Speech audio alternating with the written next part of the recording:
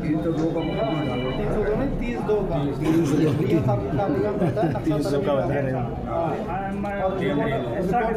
हाँ, जो आपका जो जहाँ पे हिस्सा होगा, कब्जा होगा, उस आधार पर 30 में आपके फेवर में रिपोर्ट बना कर भेज देंगे, ठीक है ना। और जैसे जिसका कब्जा होगा वैसे रिपोर्ट चली जाएगी, हमारा नक्शा तरमीम हो जाएगा।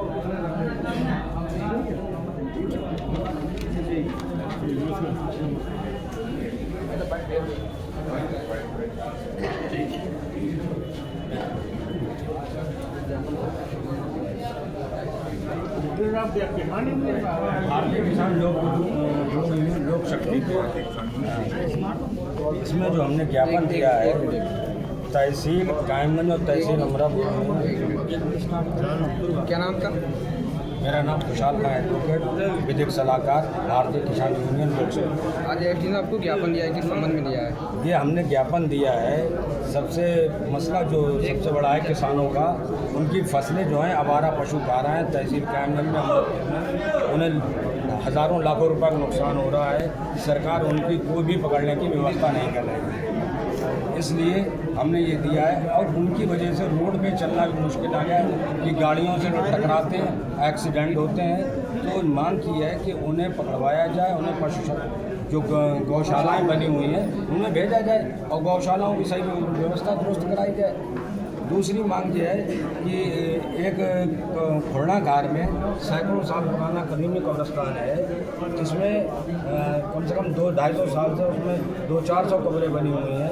उसे यहाँ गलत रूप से खतौनी में बंजर रूप से दर्ज कर दिया गया है, जबकि पूर्व में वो बंजर कब्रिस्तान था।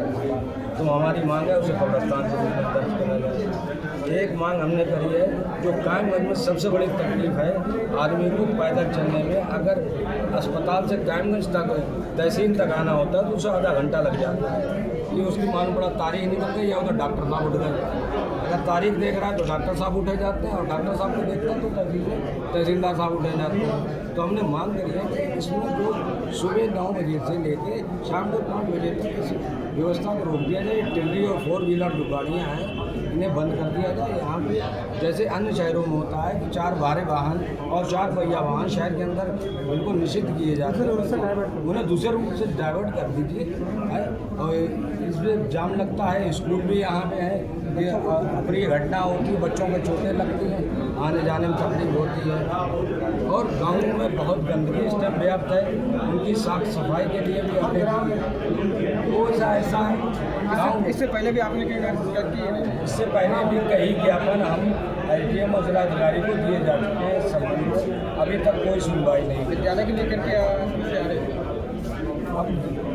विद्यालय के लेकर क्या विद्यालय के लिए समस्या ये आ रही है, जिनका एडमिशन यानी कि 5 साल कराया है, आपको 1 से 2 क्लास में आए, आप उनकी एडमिशन भी दोबारा कराओ, उनके लिए भी 500 रुपये जमा करो, या किसी ने 1500 तय रखते हैं। अब वो मानक है। और हर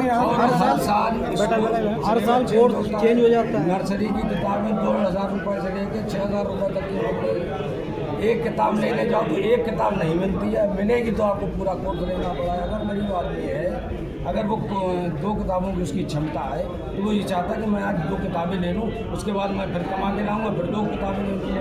तो ऐसा नहीं होता, नहीं वो आपको 2500 रुपये का जो कोर्स है वो पूरा ही खरीदना पड़ेगा। इस वजह से काफ़ी बच्चे बहुत से लोग पढ़ने से वंचित है। सरकारी स्कूलों में भी एडमिशन सरकारी के नाम पर किया जाता है, फिर भी उनसे फीस वसूली जाती है। ऐसे किस विद्यालय का मामला है? ये सारी विद्यालय का। कोई अगर चाहे अपने पुराने कोर्स से पढ़ाना चाहे तो पढ़ा नहीं सकता। SDM साहब ने क्या आश्वासन दिया है? SDM साहब ने क्या SDM साहब ने आश्वासन दिया है कि हमें इनकी लिस्ट दीजिए, लेकिन समझने वाली बात यह है कि शासन और प्रशासन को सब पता है कि कहाँ किस स्कूल की किताबें कितने की हैं और किस दुकान से खरीदी जा रही हैं, लेकिन वो उन पर कार्रवाई करने डर रहे हैं, क्योंकि वो माफियाओं का स्कूल है, उन्हें डर लगता है कि उन्हें कैसे कि उनके ऊपर कार्रवाई करें। दूसरी बात, अगर एक स्कूल की किताबें हैं तो एक दुकान से दूसरी दुकान मिल नहीं सकती, मिलेंगी नहीं। सबसे बड़ी कमी ये है।